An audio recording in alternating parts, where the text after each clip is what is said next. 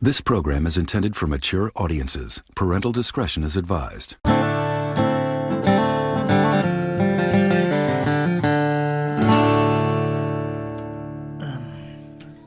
Woo! Tastes like rubbing alcohol. That's okay. Howdy ho, Ranger Joe. Welcome to the Horror Fried Podcast. I'm here with Michael Combs. And we have Mike Martin over there to my left. Oh, and we have Keith Klein. We're here. Hello. How's your mama and Nim? Thanks so much for joining us, friends. Today we're going to be reviewing our third film in our Southern Horror series. As a reminder, the full list of this season's movies are posted on Instagram at the Horror Fried Podcast. We encourage conversation, so please be sure to check those out and watch right along with us. Now comes to the spell. Let's talk about the Town That Dreaded Sundown. Mike, you want to kick us off? Sure. So the general synopsis of this would be the residents of 1946 Texarkana, Texas should be celebrating the return of their boys from World War II, but a mysterious hooded killer is stalking victims by night, murdering them in horrendous ways, and completely befuddling the local police force. Ooh. Who's in this movie? Anybody we know? There's one person. Yeah, one. One. Who is it? Dawn Wells. Dawn Wells from Gilligan's Island. Marianne. Holla. Claim to fame. So, who directed this movie? Oh. Do you remember? Did you get any of that info? No, I got that it was out in 1978. I have 76. 76? Mike, where is your info coming from? It's 76. Yeah. It's 1976. Same year as Eaten Alive. So, the director, I believe his name is Charles B. Pierce. He actually plays Sparkplug in the movie. Oh, okay. Did y'all know that? I did not know that. Bet you didn't know that, did ya? So, let's go ahead and just start off. I know. So, on the night of March 3rd, 1946, Sammy Fuller and Linda Mae Jenkins park on Lover's Lane for a little pickle tickle. Unbeknownst to them, the Phantom Killer is waiting and eager for bloodshed. Luckily, both of our star-crossed lovers survived the incident, and the Texarkana Sheriff's Department immediately began their investigation. So, first thoughts of this movie when it's like, what did you guys think? Because I thought the credits, like, and you got the little small town, I felt like it was very bright and colorful. It did not feel like a horror movie. I was like, oh, this is going to be cute. But, you know, obviously it's a horror movie, but, yeah. And then nightfall comes and it changes. Yeah, it completely changes. Well, it's also like the first one we've talked about that's been kind of almost like a documentary style, like with the over narration and stuff. Yes. So. Yes. Did you enjoy the narration? Sometimes I feel like it takes you out of the Yeah. movie. Yeah. I didn't love it. Sometimes it was okay. Like, I think, There was a lot of it, though. There was a lot of it. I think introing the movie with it is fine, but having it continually like throughout it was a little It was a lot. Well, it was redundant because it would say, this is so-and-so, and then they're speaking to each other and calling each other by their name, and I'm like, did we really need that little snippet? Like, I could have found out that her name was Peggy here in a few minutes when he says Peggy. Like, I don't need the narrator to tell me. Exactly. But I get it. So, what did you guys think about the opening in general with Howard and Emma Lou? Oh, for me, you could tell it was definitely the 70s. Wait, is it Howard and Emma Lou, or am I getting ahead of myself? It's Sam. Oh, Sam and Linda. Sorry, y'all. Yeah. Sorry. There's a lot of Lovers Lane's kids in this movie, okay? Like, I don't know. Sammy Fuller and Linda Mae Jenkins. What did you think about the opening scene? For me, you could tell it was the 70s. The way that glass window broke, I'm like, they don't break like that anymore. But it's really the 40s. It takes place in the 40s. That's true, even, 40s, so. yes. Came out in the 70s, was 40, yeah. Yeah, let me just say this, because you make a really good point about the glass breaking. The whole movie, literally I wrote down in my notes somewhere, the moral of this story is tread on your tires is good. Because these cars in this movie are like, oh. That's in my notes, too. Road. Yeah, it's a little, it's a... I mean, it's almost like a laughing point. comedic. Yeah. It is, which really, I mean, we'll talk about this later, but it really takes away a lot of like the realness to this movie for me and the suspense. Yeah. That's a big issue I took with this, but For sure. we'll talk about that a little later. One thing that drove me crazy during the opening is when all this is going on and they're being attacked, Sammy keeps trying to start the car. And he's like, hands in the car, door open, and I'm like, stop trying to start the car and do something, you fucking idiot. I was really pissed off by that.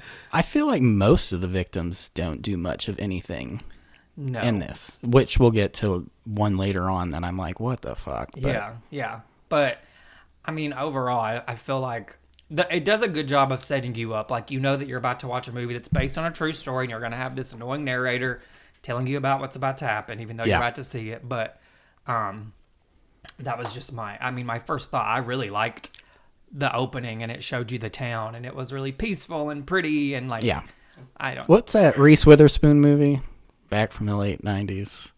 Which one are you talking about? No. Michael? Where it's black and then color, Pleasantville. Yeah. It's kind of like Pleasantville, and then it goes into horror.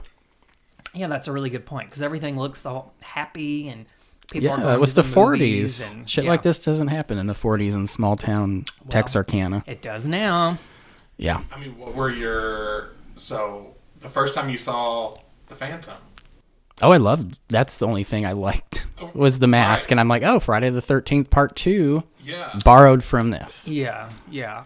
I will say the sack on the face was really effective, and I think probably a little more than in Friday the 13th Part 2, because this is a much thinner cloth, and so when he's breathing, like when he's irritated and breathing, You can tell. like that It's mask like sucks. coming in and out. Yeah, it's That's how Well, and he had I these felt when bright I blue was eyes. master in COVID. Yeah. Exactly. And he had these bright blue piercing eyes, which I loved. Yeah, I actually did love that, because then they have like a scene, like a shot where I guess the headlights were on him or something. Yeah. In the beginning, it might not have even been that. At some point, but yeah. But yeah, it like zooms in like on his eyes real close. Yeah. I like that. Yeah. So, going a little further into the movie, on March 24th, Deputy Ramsey hears several gunshots while investigating the Lover's Lane case and stumbles across the Phantom Killer's next two victims, Howard W. Buddy Turner and his girlfriend Emma Lou Cook. Unfortunately, neither one survived. Desperate for answers, Deputy Ramsey and Sheriff Barker call on the assistance from the most famous lone wolf of the Texas Rangers, Captain J.D. Morales. So two things I really want to talk about really quick. Yes. Howard was 29. Oh, I have that. Emma Lou was 17. Yeah.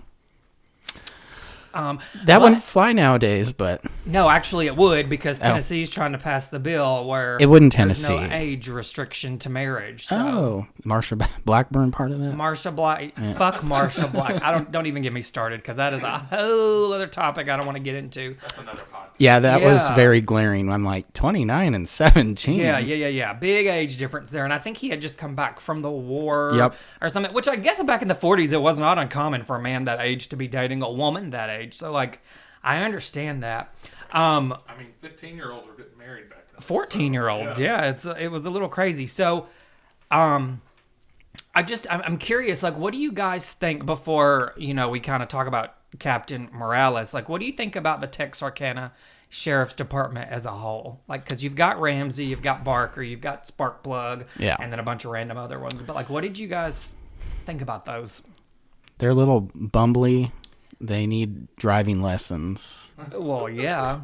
And just overall, some kind of training. Right. I don't feel like it's like they want to be the people that take care of the townsfolk, but yet they don't have a fucking idea of what they're doing. No. It was very like, let's go Andy Griffith show. Yes. Like, Yes. It was very much like that. And I get it. Like, they probably weren't equipped to deal with something like this because it's Texarkana. It's small. Nothing ever happens there. I think Texarkana population was like 40,000 is what they said at the beginning of the movie at the time. But what I thought was funny is you've got this guy Morales coming in, and he's supposed to be like Bigwig Morales. And at one point when he gets there, he's going to buy cigars.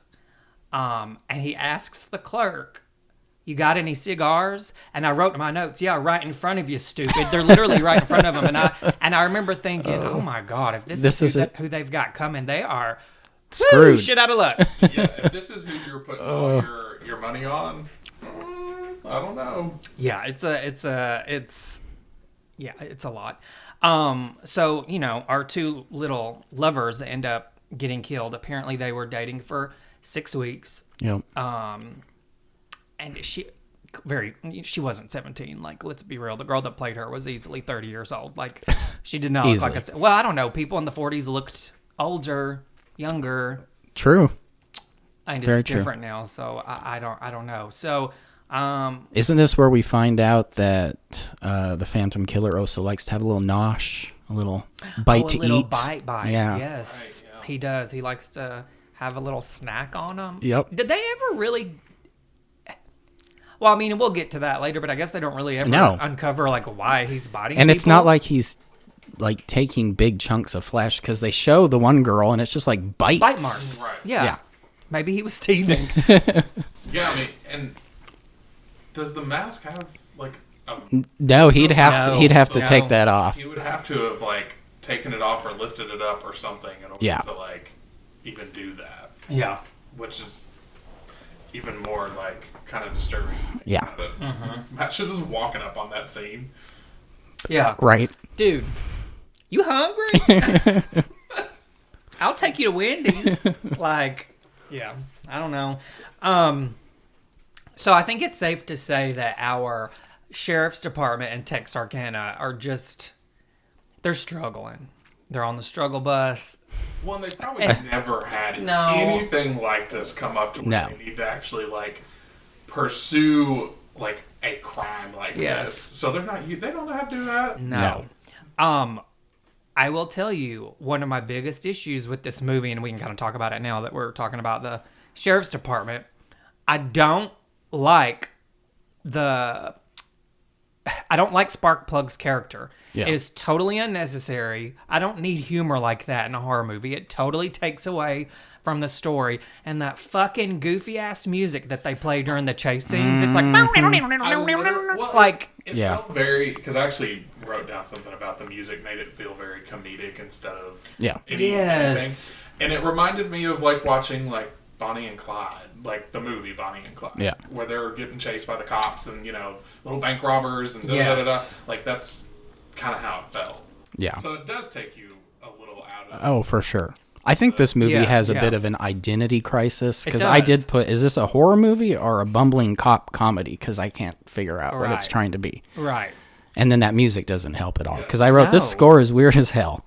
It's terrible. Is this cops and robbers, cops and slashers? Okay. Yes, that's what it is, cops and slashers. Yeah, it was, But really, there's not much slashing that happens. You think about it.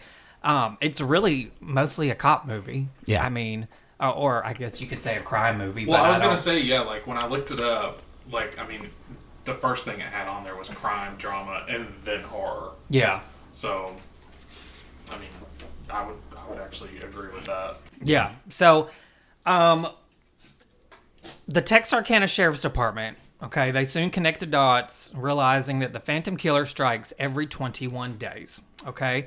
So... April 21st rolls around, and it is no exception. After the local high school's prom, Roy Allen and Peggy Loomis, decide to visit Spring Lake Park and cuddle, where we witness the infamous trombone knife stabbing. Okay, so now that we know that this Phantom Killer is striking every 21 days... They've got their the sheriff's department have these little decoys that they're setting up in cars to try to attract him, and they dress some of these guys up in drag. Terrible drag. Very ugly. Mama Roo would not approve. No. There it is, comedy again. I don't... Yes, I'm like, is this Some Like It Hot, or is this The Town That Dreaded Sundown? Yeah. You know? I don't know. But, this is totally off topic. But I did notice the second set of victims, you've got Howard W. Buddy Turner. Buddy, right? Buddy. Yeah. And then Peggy. Those are my dogs' names, y'all. I don't know. I did name them after Buddy Holly and Peggy Sue. So maybe that's why they're coming up. I mean, this is 1946. So very true. Probably popular names. But I was going to say, and then you've got Loomis as well, which comes up in everything. Great horror movie. Yeah. So that's kind of cool. But anyway, so what did you guys think about this little scene with Peggy and Roy? Because I felt really bad for because they weren't even like trying to be like they weren't horny teenagers. They were just cuddling. Yeah, like they were. I didn't feel like they were out because I mean, wasn't she like even trying to be like, I need to go home. Like, my curfew. Yeah, and he was like, no, I just want to hold you for a little bit longer. And I was like, oh my God, Peggy. Yes. Or not Peggy. Yeah, Peggy. Yeah. Peggy, keep him. He's a good boy. Like he's not trying to get in her pants or anything. I felt bad for them. I felt bad for him until I thought she was stupid. And when he gets out of the car and the car is moving, I'm like, get in the fucking driver's seat and do something. Instead, she goes. But Michael, have you ever been in a situation like that? It's fight or flight. And she just didn't do anything. She panicked. None of us know what we would do in this situation. Very true, but the whole time I was like, bitch, get in the driver's seat. I would like to think I would have some smarts, though. Yeah, but you just freeze. So the trombone knife stabbing. I feel like that's a really infamous scene, and if you've never seen this movie, then you've probably at least seen a clip of this, which I had. And this was a first time viewing for me. Was it for you too? Oh yeah, first time. So I've only ever seen the remake, and I've watched it 2 or 3 times, and I actually really I watched it like 2 or 3 times. Obviously enjoyed it. Otherwise, I would have stopped after one. But I mean, it was not, I guess, as brutal as I remember it being depicted in like documentaries and stuff, but it's very personal. Does that make sense? Definitely, because it was hers. Yeah, because it's hers. Yeah. It's her instrument. He basically killed her with her own toy. It's also time consuming. Like he had to see the trombone, decide, hey, I'm going to tape a knife on there and then play it and kill her with it. I was like, oh, he has all the time in the world. Yeah. I mean, it's pretty inventive, but... It definitely is. Well, I mean, one thing that I just kind of took away from the movie in general, you mentioned something about, like, being brutal or not. Mm-hmm. I mean, this movie wasn't really super brutal, like, in general. I mean, it was really, like, there was some gunshots. Obviously, you had that stabbing, like, stuff like that. But it wasn't as... I mean, I think it's kind of, like, marketed nowadays as, like, one of the first, like, slasher movies. I would agree with that. But I don't really feel like it is. And I think going into it thinking it's a slasher movie is actually doing it a disservice. Yes. If I had gone into it thinking, oh, this is going to be just kind of like a crime drama, like a little bit of scare. Yeah, like a docudrama or something. Right. Yeah. A murder in a small town. Sure. Yeah. But like to think of it as like a slasher... Yeah, I agree with that. That's a really good point. And I've seen a lot of documentaries about the Phantom Killer, right? So like going into it, regardless, like I kind of knew a little bit of the backstory, but I again, to your point, I wasn't expecting so much of the movie to be centered around the police and their investigation. It was a lot more. Which I mean, also like he didn't really kill or attack that many people. No, he didn't. So it's not like, Michael Myers or something going around and just like, whatever. But, so yeah, I mean, I guess they would have to kind of focus on something other than... Yeah. Well, and you think about it, he really only killed 6 people in 3 different scenarios because the first 2 survived. So, and I while we're thinking about this, do you think he let them survive on purpose? Like as this is what I'm capable of, and next time I'm not going to let them live. Like, do you feel like that was maybe? Oh, I think so for sure. Because all the other ones he was killed or tried to kill. Yeah. So yeah, I do think it was some kind of warning or thing to the police. Hey, next time it's not going to be like this. Mm-hmm.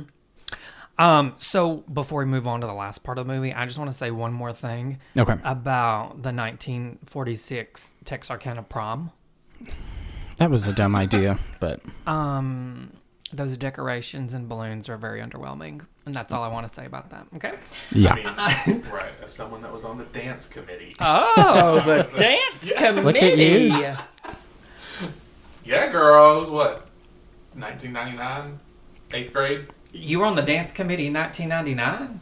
Yeah, in 8th grade. And you were partying like it was 1999. I mean, it was back at 1. Oh my God! That Back was our at theme 1. song. Is that Brian McKnight? Is that Yeah, I think so. And I had to do all the decorations, so. I bet they were wonderful. I mean, they looked a lot better than this one. All I have to say is 1. You're like a dream come true. Okay. Anyway, we can't. Unlike that dance. I was gonna say, don't sing it anymore because I don't want to get like fined for royalties or whatever. So anywho, all right, guys. So we're almost at the end of the movie at this point.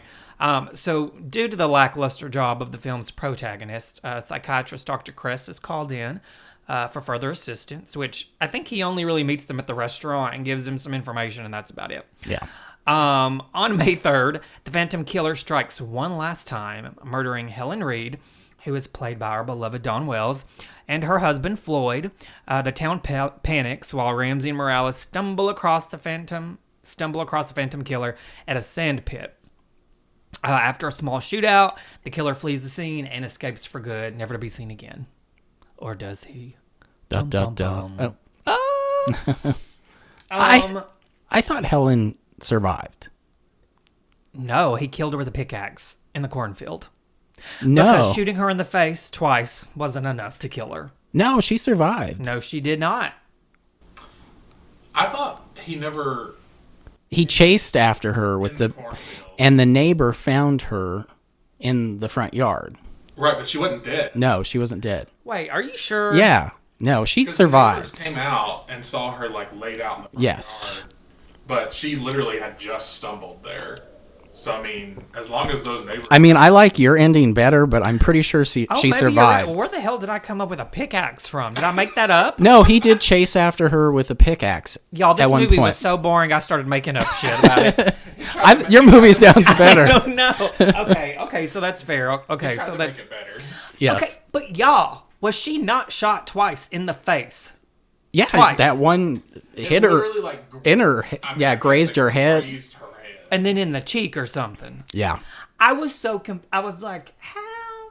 What is he using for bullets? Tic-tacs? Like, I don't... Well, and I mean, obviously, he shot her husband through the window in the back of the head. So, I mean, Yeah. he's got the ability to aim. Right. Like, Well, if he can shoot through that window into her husband's head and kill him, I don't understand how 2 shots to the face and Didn't you're kill still her. crawling around in a cornfield. Yeah. I don't get it. She was determined to be a final girl. Yep.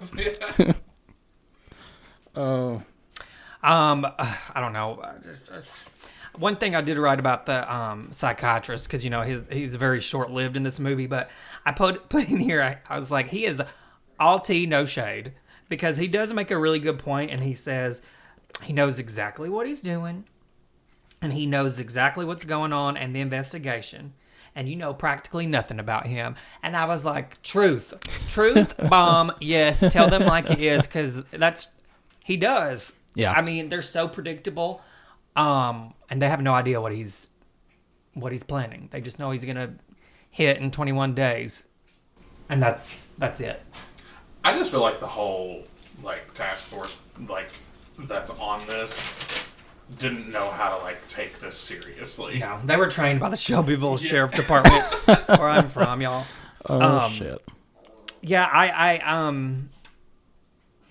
Oh, and there's one other thing towards the end, because the town is panicked, right? They're boarding up their windows, buying guns, locks and deadbolts.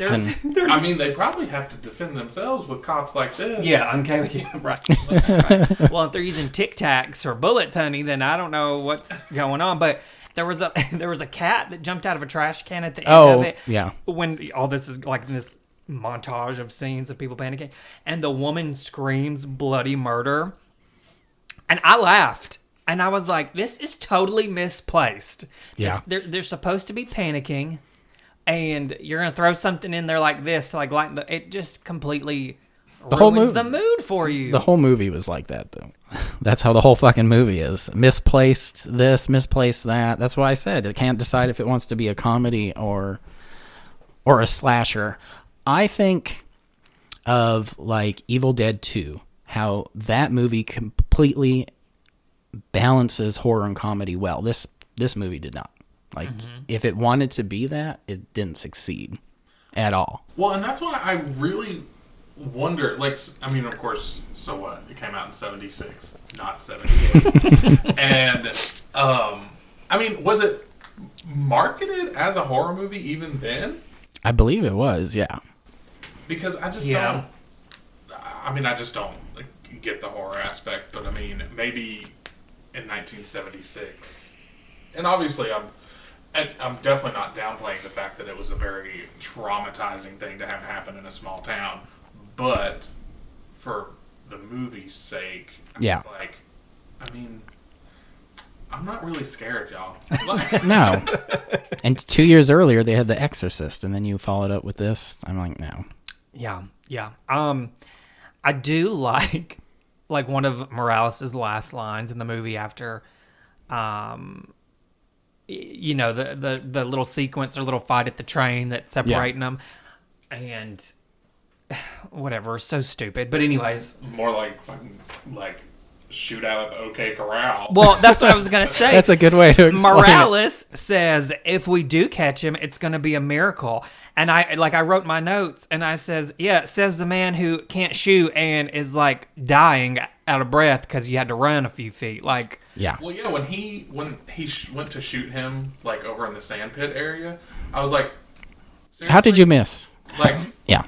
This is the first time you've even seen wide open. Yeah. Like, should have been an easy shot. Yeah. You are the lone wolf, honey, of the Texas Rangers, and you can't shoot him? And he hit that sand dune. Talking about the ending in the train scene, did anyone else see, and I didn't rewind.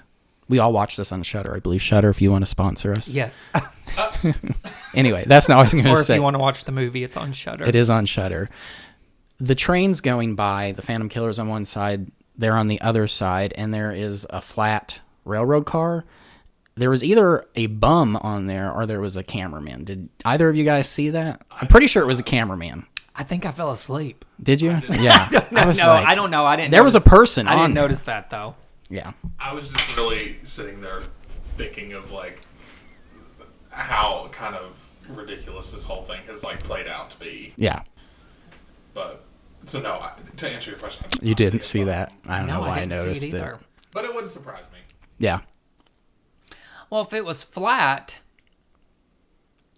couldn't they have jumped on over it? it? Gone over? I mean, this is Morales and Ramsey we're talking about. Yeah. So no, probably. I don't think they're that They bright. can't even tie their fucking shoelaces. No, they okay? would have fell under the wheels and gotten killed. They can't hit a target. They can't do anything. Yeah. I will say Ramsey's a pretty handsome man, though. Like when I was like, oh, he's a good guy. Yeah. He's handsome. That's about it. You know. We'll give him that. Yeah, I'll give him that.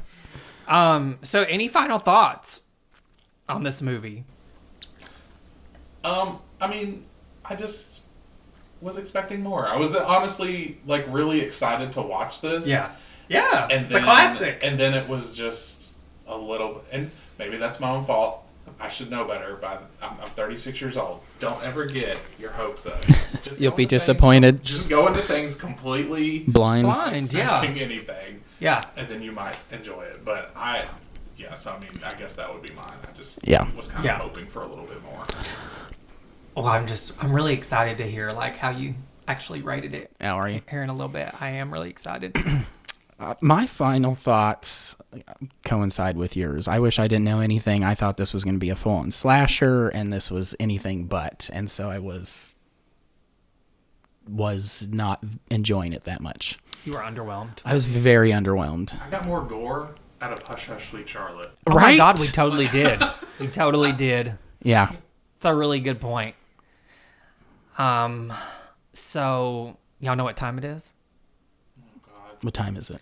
It's time for Horror Fried Theater. God. Michael. Yes. Michael, are you setting the scene for us today? I did the script. It was my turn to do the script. So for today's scene, we actually have 2 short scenes because I'm sorry, there wasn't much I could pull out of this movie. It was a struggle. They're short. The first one, it takes place basically in one spot. The second one has a scene change within it. So when we get to that scene change, I will announce the scene change. So we're going to do both of them for real? We are. Okay. They're very short. Get your popcorn, get your Pepsi, and get your stretchy pants. So in this, you are definitely in for a treat. So this first scene, I will be playing the narrator.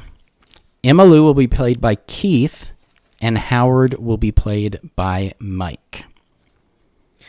Oh, I was going to say I was getting really confused because I saw a cop highlighted, and I was like, am I playing 2 characters? But I got it now. I got it. Yes. So the scene that I'm setting, it's a large group is leaving a local movie theater. The camera closes in on a couple, Howard and Emma Lou.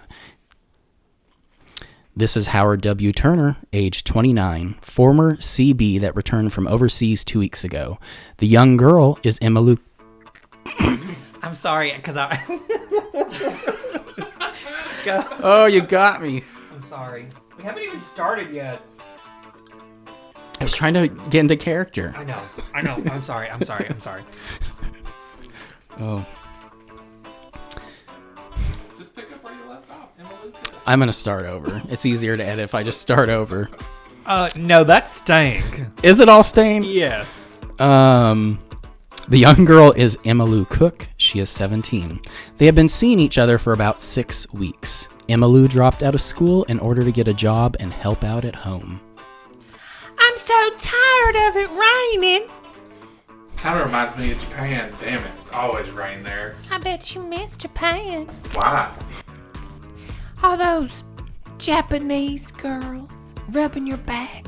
I say they do know how to please a man. Well, if you haven't been pleased with me for the past 6 weeks, you can just take me home. I didn't say you didn't please me. You started it. Well, I'm just on edge. In scene. That's it? That's it. Oh my God. I said they're short. That was shorter than short. So our next I scene, love playing a 17-year-old girl. You did it very well. I don't know. I feel like my voice changed a little bit there. Whatever. It doesn't matter. Yeah. Yes. Emma Lou's balls dropped midway through that scene. So, our next scene is a cop station full of police officers. A door opens and a bunch of undercover policemen walk through dressed in very ugly drag.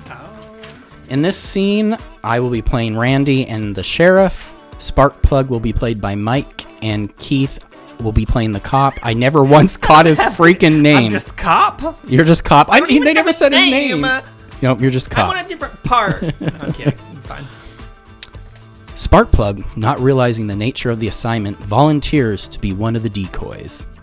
Hey, Sparkplug, aren't you a little lopsided? Go to hell, Randy.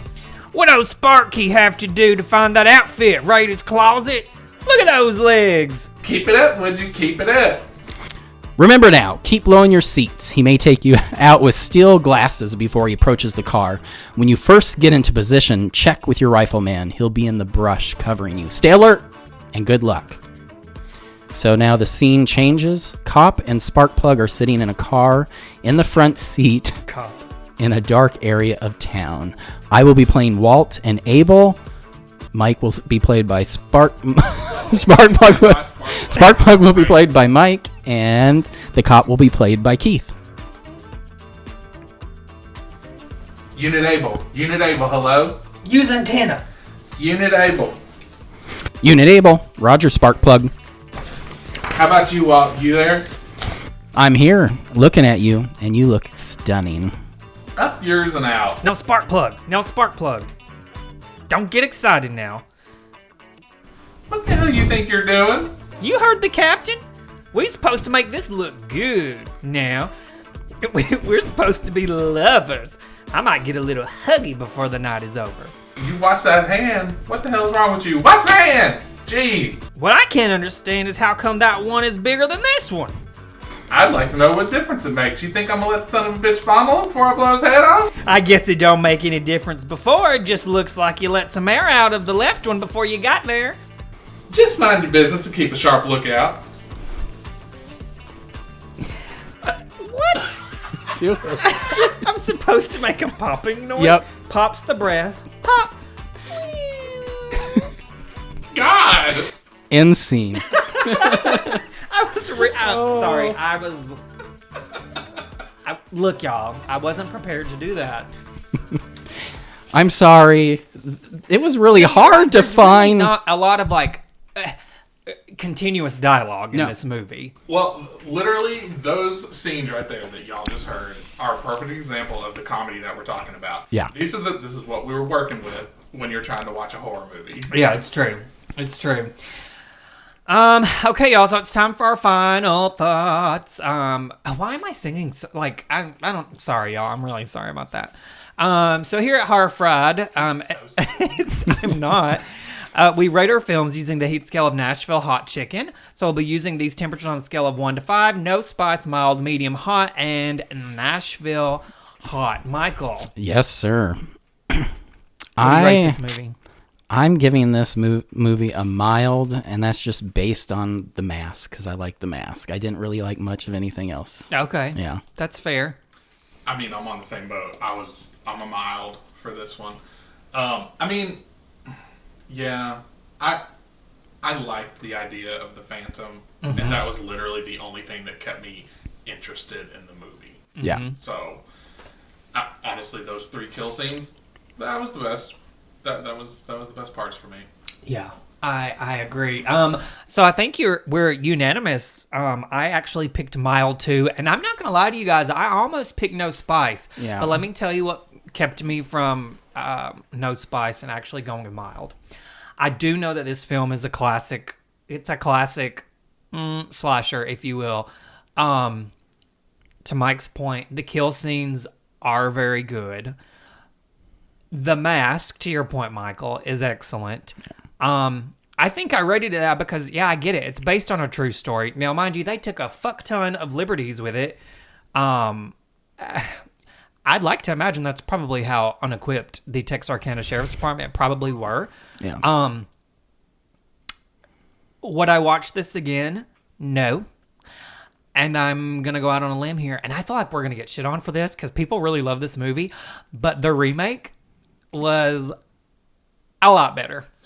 I put off watching the remake before we recorded this because I didn't want my opinion of that movie to bleed into what we talked about here. So now that we're done with you can go watch it now. Go watch it because I do feel like a little bit of a modernization take on it is probably what it needed. So Yeah, I haven't watched it either. So I'm kind of anxious to watch them. It's a little different. I'm not going to tell you how it pans out, but I did enjoy it a lot. I mean, like I said, I watched it multiple times. So yeah. So yeah. Okay, you guys, we want to hear from y'all. So please, please, please be sure to follow us on Instagram at the Horrified Podcast and slide into our DMs. If you like what you hear, please like, subscribe, and rate the Horrified Podcast on your favorite streaming service. Links are available on our Instagram page, and we keep getting some really good feedback. So thank y'all so much. Yes, thank you. It means a lot to us. We appreciate you guys. So now it's time to swap spit and hit the road. Until next time, remember, there's not a pot too crooked that a lid won't fit. Bye. Bye, y'all. Bye.